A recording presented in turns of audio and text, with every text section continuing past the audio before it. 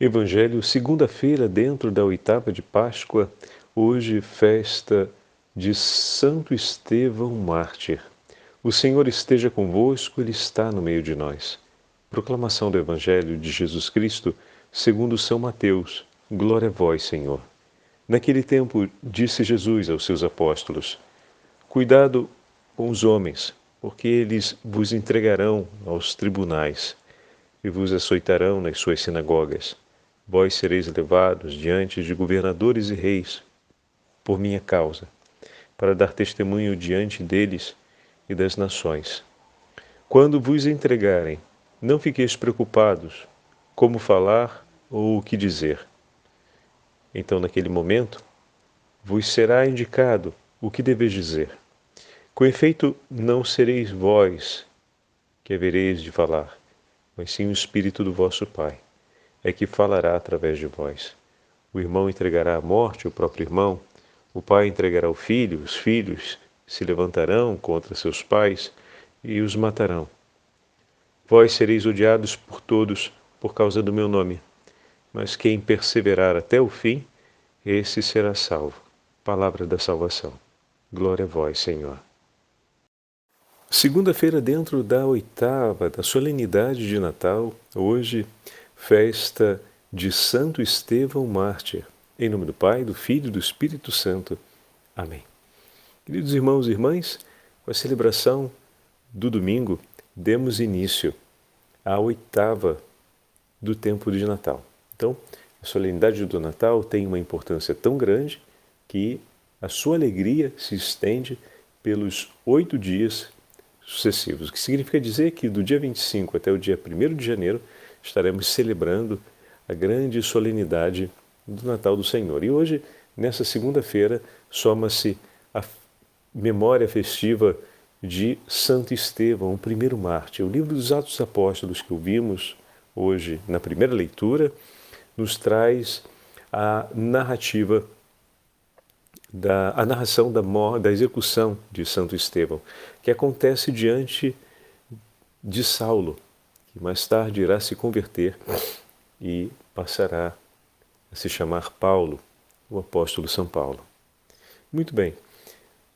Na liturgia das horas de hoje, temos o sermão de São Fulgêncio de Ruspe, na segunda leitura do Ofício das Leituras, que nos traz essa aliança espiritual que se estabelece entre Estevão e Paulo. E vale muito a pena ouvirmos, daqui a pouquinho nós vamos ouvir a narrativa desse texto, que merece ser parte da nossa meditação ao Evangelho de hoje.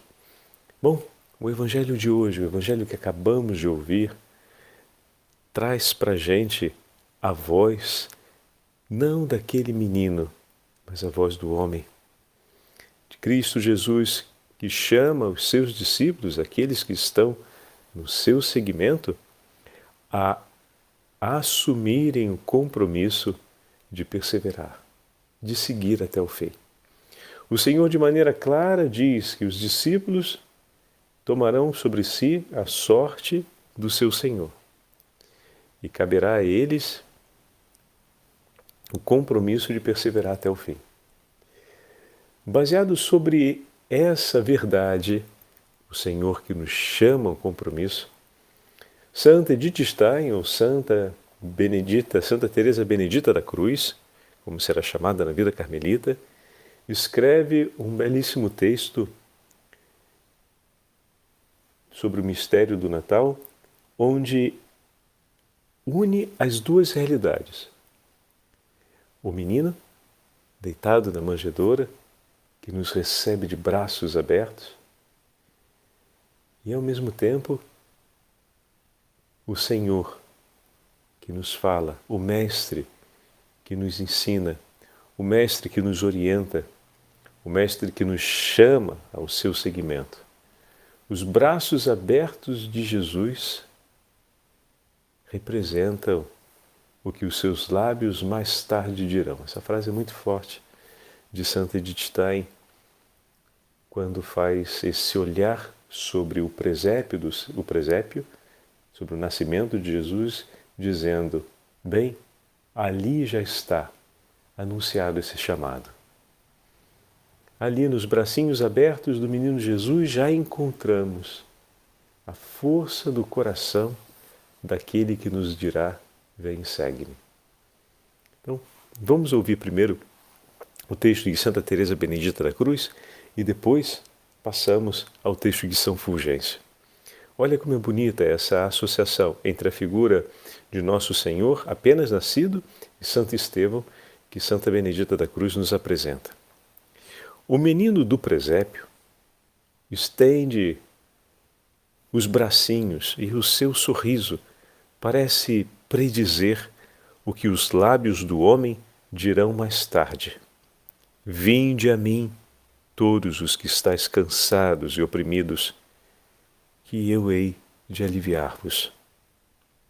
Segue-me, dirá ainda. Desse modo se expressam as mãos do pequenino menino, como mais tarde o farão os lábios do homem adulto. Assim, falaram os seus lábios aos discípulos que o Senhor ao discípulo que o Senhor amava e que agora também pertence ao séquito do seu presépio. E João, o mais novo de todos, o discípulo com um coração de criança, seguiu sem perguntar para onde nem para quê. Simplesmente a voz do Senhor abandonou a barca do Pai e foi atrás dele por todos os seus caminhos, até o cume do Gólgota, e com ele ali esteve. Bonito, né? Segue-me, como outrora os braços abertos do menino, a voz do homem diz: segue-me. O mesmo fez Estevão, que, conhecendo as palavras do Senhor e o seu testemunho, o seguiu. Seguiu os passos do Senhor, na luta contra o poder das trevas e a cegueira da incredulidade, empedernida, acabando a dar testemunho dele com a sua palavra e, mais ainda, com os seus passos e, por fim, com o seu próprio sangue. E também o seguiu no espírito de amor e de caridade, que combate o pecado, mas ama o pecador, e que até diante da morte o leva a interceder junto a Deus pelos seus assassinos, a fim de que os pecados sejam perdoados e o pecador, que peca contra ele, seja salvo por Deus. São estes os filhos da luz, da qual nos fala São João no seu prólogo, que se ajoelham em volta do presépio, juntamente com os pastores e os reis. Ternas crianças inocentes, pastores cheios de fé, reis humildes e, podemos dizer, também Santo Estevão, também o discípulo e entusiasta João, o apóstolo do amor. Todos eles seguiram o apelo do Senhor, todos eles seguiram a voz do homem, todos eles também se ajoelharam diante do presépio, diante do Senhor que lhe abriu os braços. Diante deles estende-se a noite cerrada da incompreensível dureza de coração e da cegueira do espírito dos escribas, que souberam assinalar com exatidão o momento e o lugar onde havia de nascer o Salvador do mundo, mas foram incapazes de deduzir disso um resoluto, uma decisão: vamos a Belém. Eles, conhecendo o que disse Deus, não seguiram até Belém. E o do rei Herodes, o que poderíamos dizer? Que quis tirar a vida ao Senhor da vida, enquanto uns se ajoelham e adoram o Senhor que fala e que abre seus braços, em um tempo no presépio, em outro momento sobre a cruz no Gólgota. Alguns outros não o seguem e, mesmo sabendo onde está, não o querem ver. E mesmo vendo, não o aceitam. Mas aquele que o contemplou nas palavras, contemplou-o também enquanto o céu se abria. Aquele que se ajoelhou diante de suas palavras em oração, ajoelhou-se diante do que viu quando o céu se abriu e o amou. Diante do menino deitado no presépio, podemos dizer então que os espíritos se dividem. Ele é o Rei dos Reis, é o Senhor da vida e da morte. Ele diz: segue-me. E quem não está com ele, está contra ele. Alguns, ouvindo, seguirão. Outros não o seguirão e permanecerão nas trevas. Aqueles que, ouvindo a sua voz, o seguirem, encontrarão repouso em seus braços e com ele contemplarão a luz. São João, no seu prólogo, nos falou essa verdade. Santo Estevão, em sua vida, nos ensinou essa verdade. Que grande beleza, meus irmãos, essas palavras tão delicadas que nos ajudam a unir os dois episódios. O episódio do nascimento do Senhor, que ontem celebramos, e o episódio do primeiro discípulo, do chamado discípulo entusiasta, Santo Estevão, que entrega a sua vida por amor a Cristo, é o primeiro mártir, o protomártir, o primeiro mártir, dando testemunho que o discípulo segue em tudo o seu mestre. Olhando também a entrega de Santo Estevão, nós vimos agora com Santa Edith Stein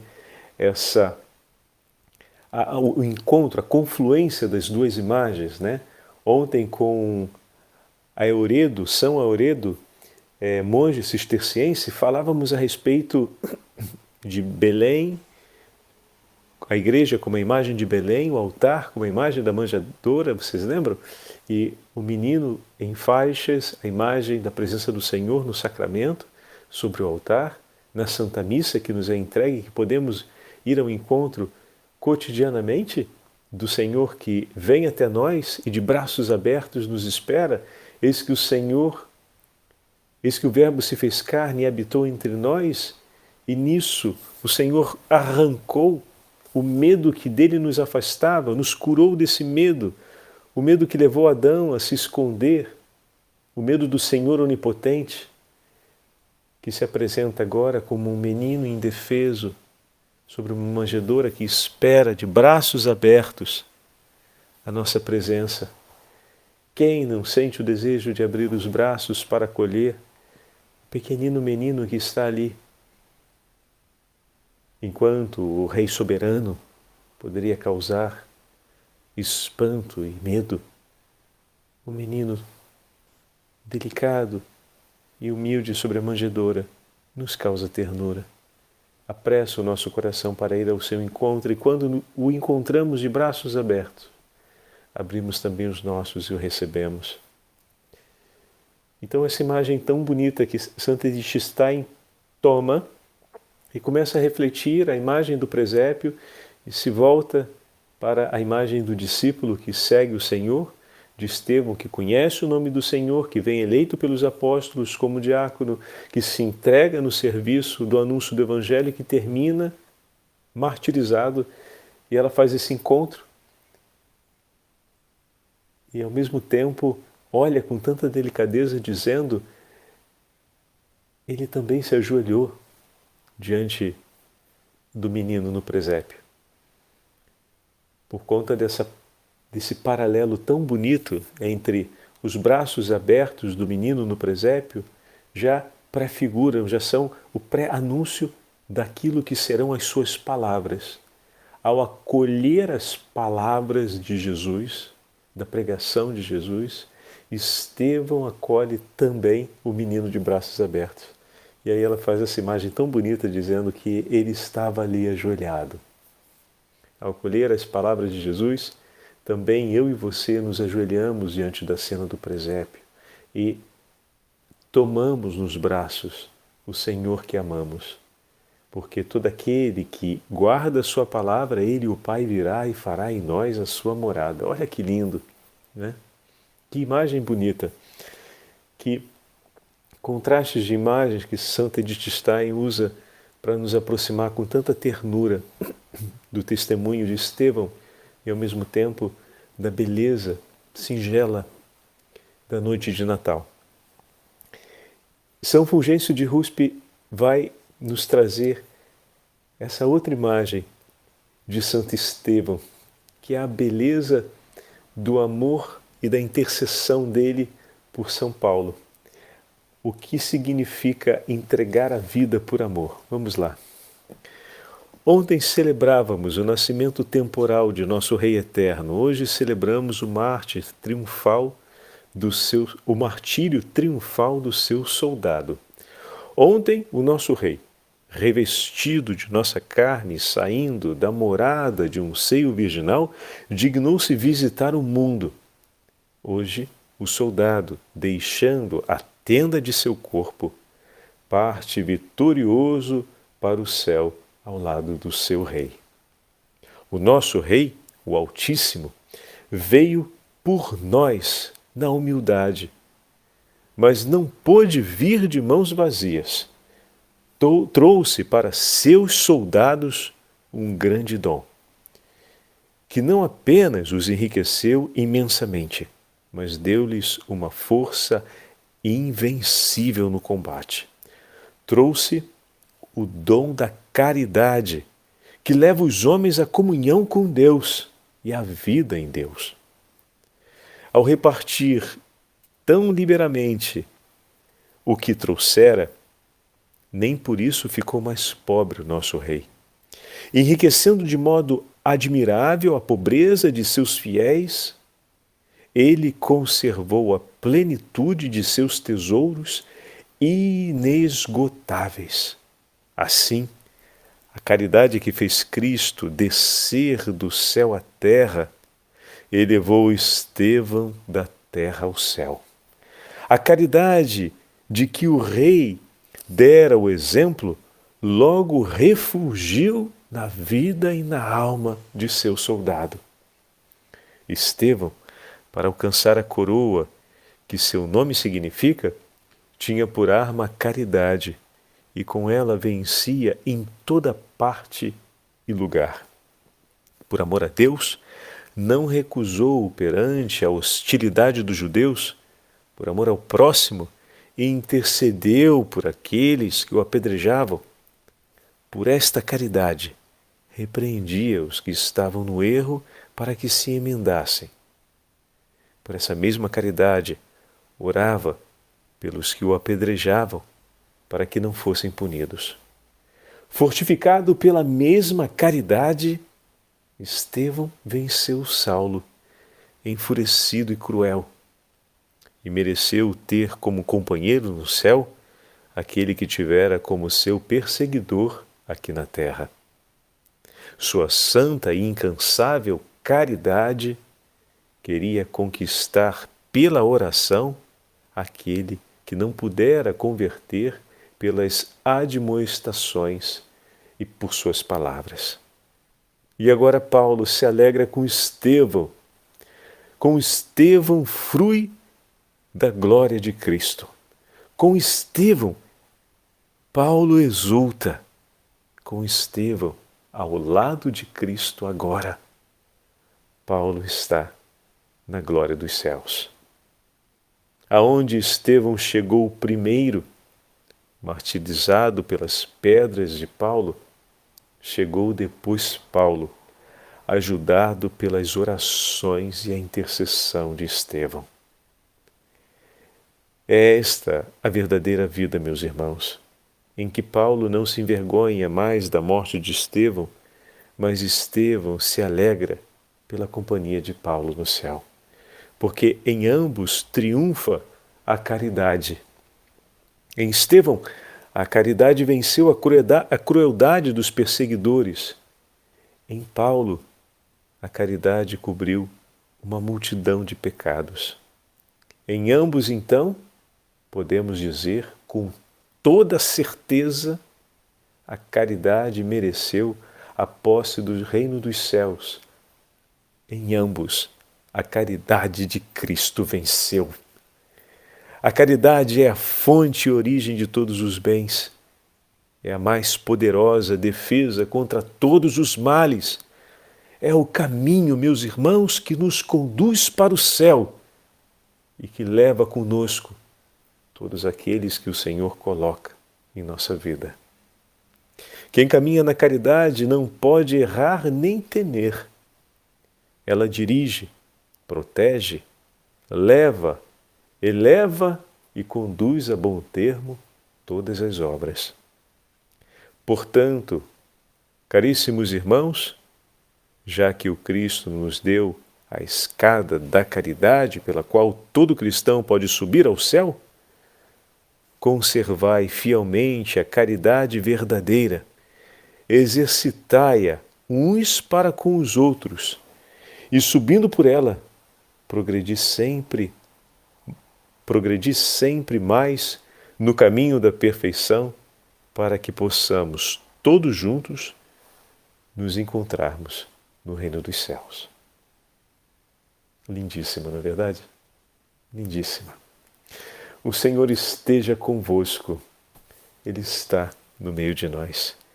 Que pela intercessão de Santo Estevão, que hoje, com as palavras de São Fulgêncio de Ruspe, nos deixa um exemplo claríssimo de como viver a nossa fé no exercício da caridade, especialmente por aqueles que nos são mais difíceis na hora de dividirmos o que é de Deus. Pela intercessão de Santo Estevão e da Santa Mãe de Deus, abençoe-vos o Deus Todo-Poderoso, Pai, Filho e Espírito Santo. Amém.